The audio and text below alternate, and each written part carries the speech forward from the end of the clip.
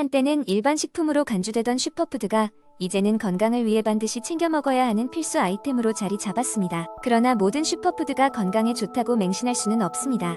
이 이야기를 통해 우리는 슈퍼푸드의 진실과 오해를 함께 탐색해보려 합니다. 슈퍼푸드라는 용어는 마케팅 전략에 의해 만들어진 개념이라는 이야기가 있는데 이는 전적으로 사실입니다. 과거부터 특정 지역에서 오랜 시간에 걸쳐 전통적으로 소비되며 건강에 도움을 주었다고 알려진 식품들을 슈퍼푸드라고 부르기 시작한 것은 비교적 최근의 일입니다. 이러한 배경에는 점점 건강에 대한 관심이 높아지며 사람들이 자신의 건강에 이롭다고 믿는 식품을 적극적으로 찾기 시작한 것과 무관하지 않습니다. 슈퍼푸드로 분류되는 식품들에는 블루베리, 아사이베리, 퀴노아, 시금치 등이 있습니다. 블루베리는 높은 수준의 항산화 물질을 포함하고 있어 심혈관 건강에 좋다고 알려져 있으며 아사이베리는 면역 기능을 높이고 노화 방지에 도움을 줄 수 있는 성분들로 가득하다고 합니다. 퀴노아는 고단백 저칼로리 식품으로 건강한 다이어트를 원하는 이들에게 큰 인기를 끌고 있으며 시금치는 철분이 풍부해 빈혈 예방에 도움이 됩니다. 하지만 이러한 슈퍼푸드들이 어디까지나 우리의 식단에 완벽한 해결책이 될 수는 없다는 점을 인식해야 합니다. 예를 들어 블루베리나 아사이베리가 항산화 물질을 갖고 있다고 해서 그것만 먹는다면 영양적으로 불균형해질 수 있습니다. 또 슈퍼푸드를 과다하게 섭취하면 오히려 건강에 해로울 수 있는 부작용이 발생할 수 있다는 것도 명심해야 합니다. 더 나아가 슈퍼푸드를 소비함에 있어 또 하나 중요하게 고려해야 할 점은 이들 식품의 원산지와 생산 과정입니다. 수입되는 경우가 많은 슈퍼푸드들은 장거리 유통 과정을 거치면서 신선도가 떨어질 수 있으며 이 과정에서 살충제나 보존제가 사용되었을 가능성도 배제할 수 없습니다. 따라서 이러한 점들까지 살펴 신중하게 소비하는 것이 중요합니다. 적절한 양과 균형 잡힌 식생활의 일부로 슈퍼푸드를 통합했을 때 비로소 그 효과를 최고로 누릴 수 있습니다. 즉, 한 가지 음식에 너무 의존하거나 하나만 고집하지 말고 다양한 영양소를 여러 음식을 통해 고르게 섭취하는 것이 중요합니다. 또 슈퍼푸드의 광고 혹은 특정 평가를 무작정 믿는 것보다 직접 연구하고 스스로의 식단에 맞는 선택을 하는 것이 현명한 소비자라 할 수 있습니다. 결국 슈퍼푸드를 바라보는 시각은 그만의 건강상의 혜택을 인정하는 것과 더불어 과장된 기대를 걸지 않고 균형 잡힌 영양 공급의 일부로 활용하는 것이며 이것이 진정한 건강한 식생활을 이루는 길일 것입니다. 두 번째, 이야기한 때 작은 마을에 건강과 웰빙을 중요하게 여기는 한 남자가 살고 있었습니다. 그의 이름은 수호였고 그는 평소에는 지극히 평범한 생활을 하고 있었습니다. 그러나 그에게는 하나의 특별한 일상이 있었는데 그것은 바로 매일 물 마시기였습니다. 수호는 매일 아침 눈을 뜨면 가장 먼저 물 한 잔으로 하루를 시작했습니다. 이는 그에게는 단순한 습관을 넘어 건강과 에너지를 위한 필수적인 의식이었습니다. 수호는 오랫동안 물이 건강해주는 혜택에 대해 깊이 연구해왔습니다. 그는 물이 우리 몸의 신진대사를 촉진시키고 몸속 노폐물을 배출하는 능력이 탁월하다는 것을 알고 있었습니다. 하루 종일 꾸준한 수분 섭취는 체내 모든 세포의 기능을 최적화하고 집중력과 기억력을 향상시킨다는 것을 그는 잘 알고 있었습니다. 그의 이러한 일상은 주변 사람들에게도 큰 영감을 주었습니다. 마을에서는 수호의 건강 비결에 관해 소문이 나기 시작했고 많은 사람들이 그에게 물어보러 갔습니다. 그들은 수호에게 물이 어떻게 그렇게 많은 이점을 줄 수 있는지 궁금해했습니다.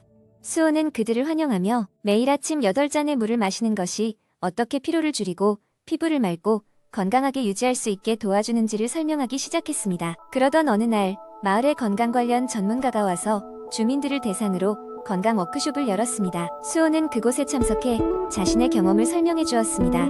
사람들은 그의 이야기에 귀를 기울였고 그가 말한 것들을 실천에 옮기기 시작했습니다. 몇 달이 지나면서 마을 사람들은 눈에 띄게 건강해지기 시작했습니다. 그들은 더 활력이 넘치고 매일의 활동에서 더 많은 에너지를 느꼈습니다. 수호는 물이 단순히 목을 축이는 것 이상의 역할을 한다는 것을 계속해서 알려주었습니다. 그는 물이 몸의 체온을 조절할 뿐 아니라 우리의 정신적 스트레스를 줄여주는 데도 중요한 역할을 한다고 설명했습니다. 또한 물을 충분히 섭취하는 것은 체중 관리에도 중요한 역할을 하며 식후에 물을 마시는 것이 과식을 억제하는 데도 도움이 된다고 하였습니다.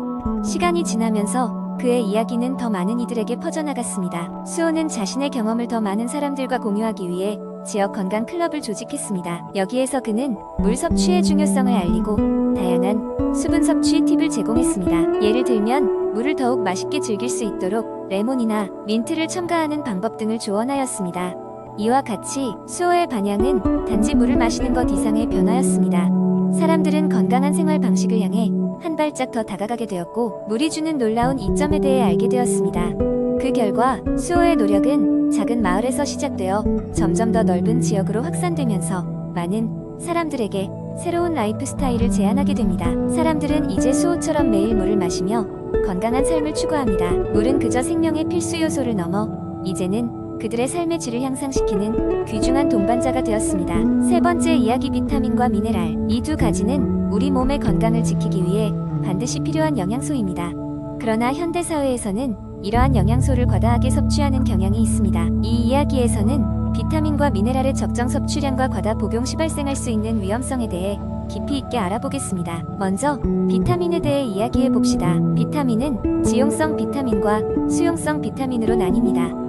지용성 비타민은 비타민 A, D, E, K로 신체에 저장되기 때문에 과다 복용 시간에 해로울 수 있습니다. 반면에 수용성 비타민, 즉 비타민 C와 B군은 신체에 축적되지 않고 필요한 양 외에는 소변으로 배출됩니다. 하지만 이 역시 과다 복용하면 신장에 부담을 줄 수 있습니다.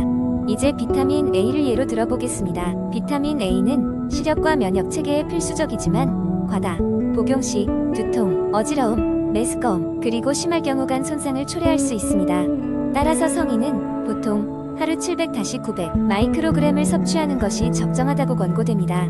비타민 D는 칼슘과 인의 대사를 돕지만 과다 복용하면 혈중 칼슘 과다가 발생하여 뼈 손실, 신장 손상, 그리고 심혈관계 문제를 유발할 수 있습니다. 비타민 E는 항산화제로 잘 알려져 있으며 면역 기능 제고에 도움을 줍니다. 그러나 과다 복용 시 출혈 위험이 증가합니다. 마지막으로 비타민 K는 혈액 응고와 뼈 대사에 중요하지만 과다 복용 시 출혈 위험과 상호작용할 수 있어 경우에 따라서는 주의가 필요합니다. 다음으로 미네랄에 대해 이야기해 봅니다.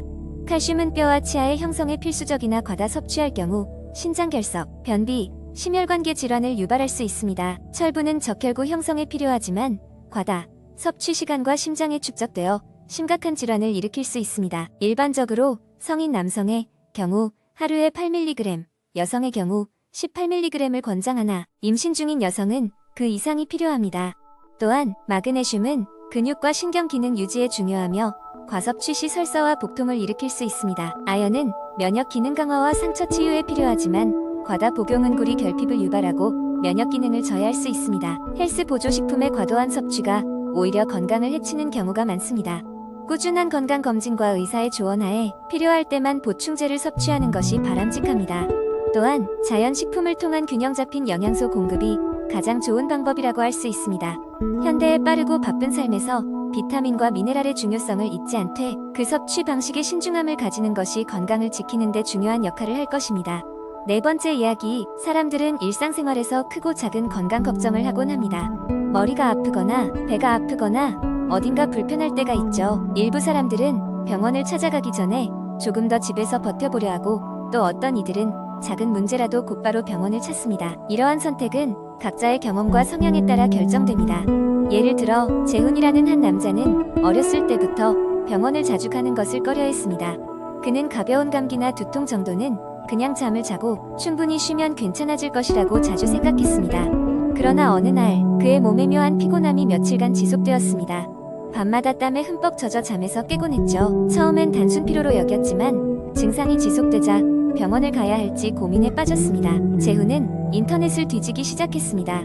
밤에 땀이 나는 이유, 지속적인 피로 증상 등의 키워드를 검색했지만 인터넷 정보가 너무나 방대하고 혼란스러웠습니다. 어떤 글은 그냥 스트레스 때문일 수도 있다고 했고 또 어떤 글은 만성 질환의 전조일 수 있다고 했습니다. 결국 그는 지인에게 조언을 구하기로 했습니다. 그의 친구 민지는 건강에 민감한 편이라 몸에 조금이라도 이상이 생기면 병원을 방문하곤 했습니다. 민지는 재훈에게 몸이 보내는 신호를 무시하지 말라고 조언했습니다.